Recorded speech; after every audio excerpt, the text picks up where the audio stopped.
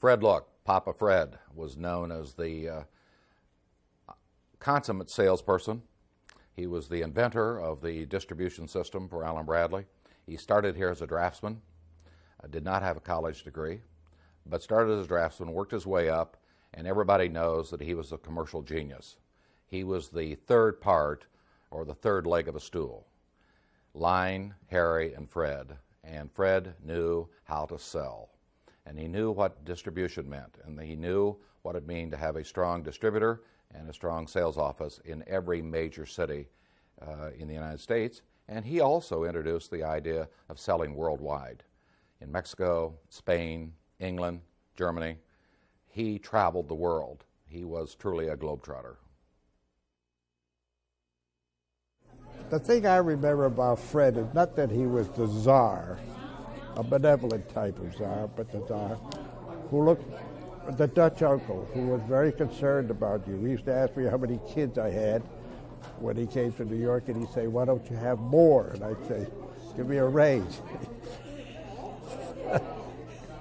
But Fred was the kind of guy who would walk into the cafeteria and sit down next to anybody where there was a vacant chair. And you'd be having lunch with Fred Loock. You know, nothing, I mean, one of the guys, you know. I can remember when I interviewed the company in 1959, I spent 3 days in Milwaukee. I didn't know why I was there for 3 days. Each evening I'd have dinner with Fred Loock, and he would talk about almost anything and nothing. We finally got down to the bananas, the last day. Am I going to get hired or not get hired? And I remember he said to me, "You're making an awful lot of money for a young man, a lot of money, but I guess we could do all right there." He said, "How much money do you want?" And I said, "Well, Mr. Loock, that's up to you." He said, "Oh, no, you don't pin that one on me. You don't pin that on me." So I had to come up with a figure which he matched. And then we got ready to leave. This is after 3 days, and I said, "Mr. Loock, I'm going back to Detroit now, where I was living. I assume you'll confirm these conversations in a letter." And he said, "What are you talking about? I just shook your hand. Isn't that enough?" And he turned around and walked away.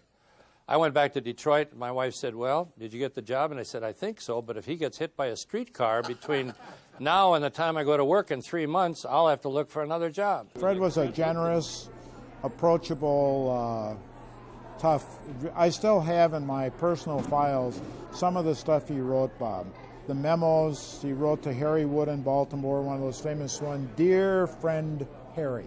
When you got a dear friend communication from Fred, you had to watch out. And then he broadcast this all over the rep, and our sales organization was very critical. We came out with a BR relay one time, and it was Lynn Mathias pushed to get the thing out in the market. Fred released it, and it didn't work. We had trouble with it. Fred sat in an office right next to mine and wrote an apology to the world about the mistake that the Allen-Bradley company, he had enough guts to do that.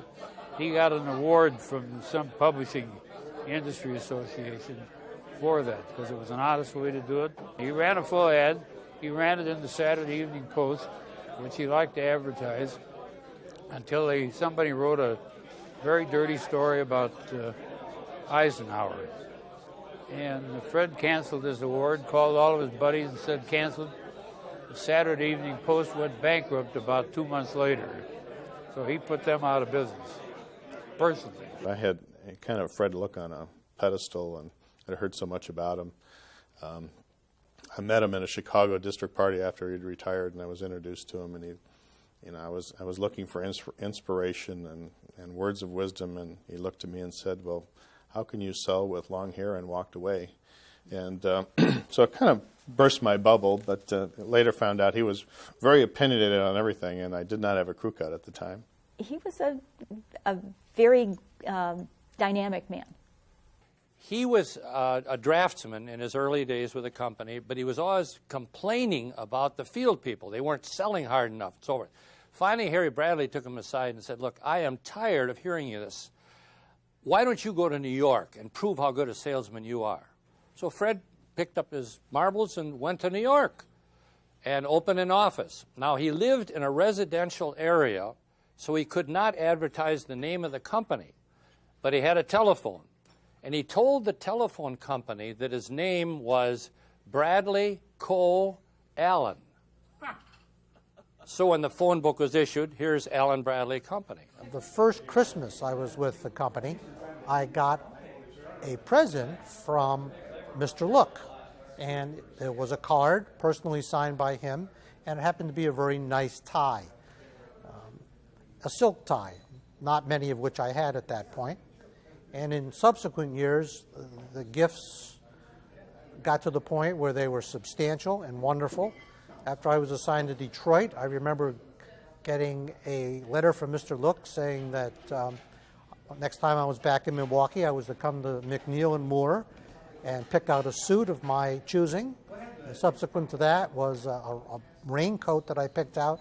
And these little personal touches that made Allen-Bradley family is what, in my opinion, contributed markedly to his success. Little thing, the way we did, the way Fred did evaluations, employee evaluations, was he and Maggie would go shopping up at McNeil and Moore, one of the better clothing stores in town, at least for the guys. I'm not so sure what happened for the girls.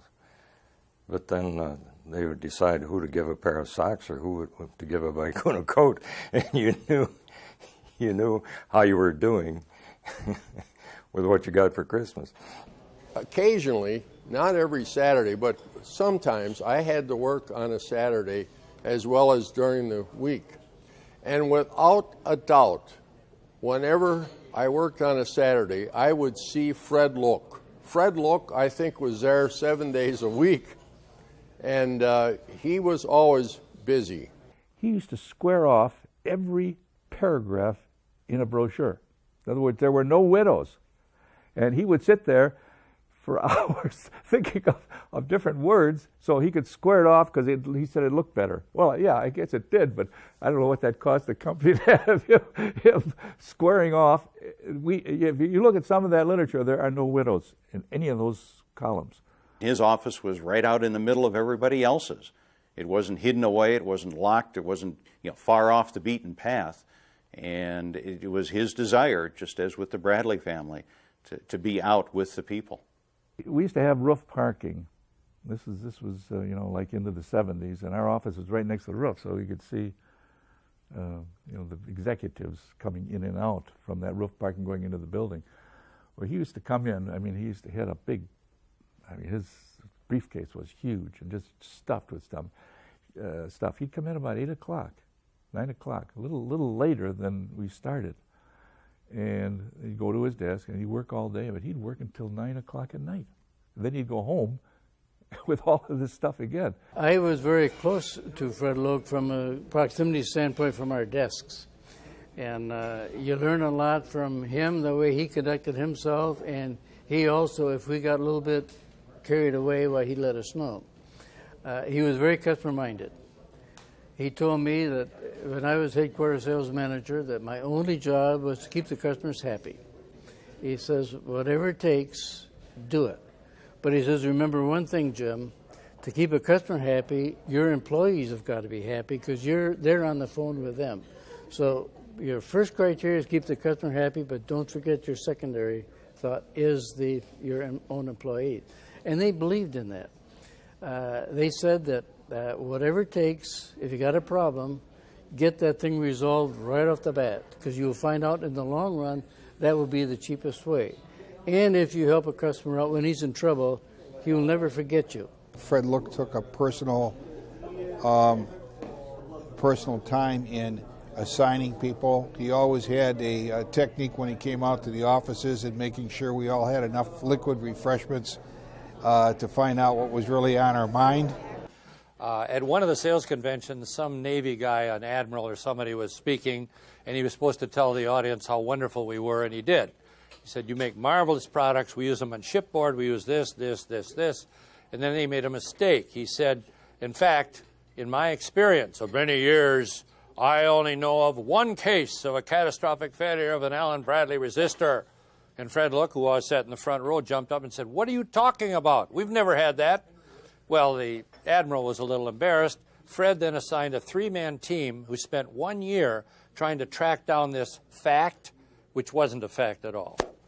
At the different schools that he presented, he had pranks that he used to pull on all of the gentlemen during the night hours. He'd wake them up during the night and have a costume on, or he'd have.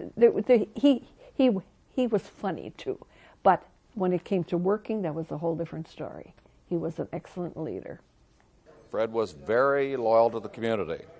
I've had people in the community tell me how when the United Performing Arts Fund started to support the performing arts, the first call they made was to Allen-Bradley and to Fred Loock, and he made, on behalf of the company, the first major contribution to the United Performing Arts Fund, which continues to exist today, raising some $9 to $10 million a year for the arts.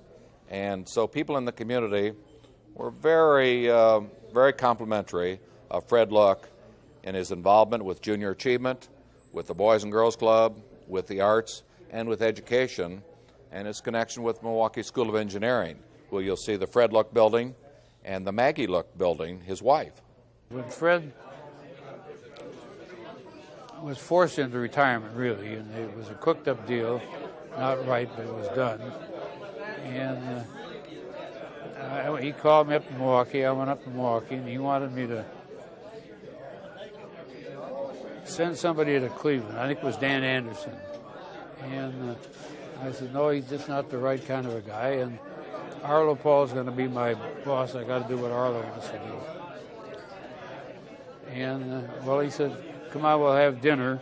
So he took us over to the Wisconsin Club, and we had dinner. And we met Walter Harnischfeger. And he said, you know Walter, don't you? And I said, yes. Well, he said, tell Walter that they're going to fire me tomorrow. And I said, Fred, they're not. They want you to stay on as President Emeritus, which they really did. And no, he said, I'm going to be fired. So then we went from there over to, was it fellow that ran the Milwaukee School of Engineering, Erline or something like that. And told him the same thing. And I said, Fred, they're not going to fire you. They want you to stick around as President Emeritus. He said, I'm getting fired. I sat out in the car with him in the parking lot of the Wisconsin Club till about 2 o'clock in the morning, pleading with him to stay with the Allen-Bradley Company and so on. We needed him. We just didn't want him running the whole darn show again. Or still, he wouldn't give in.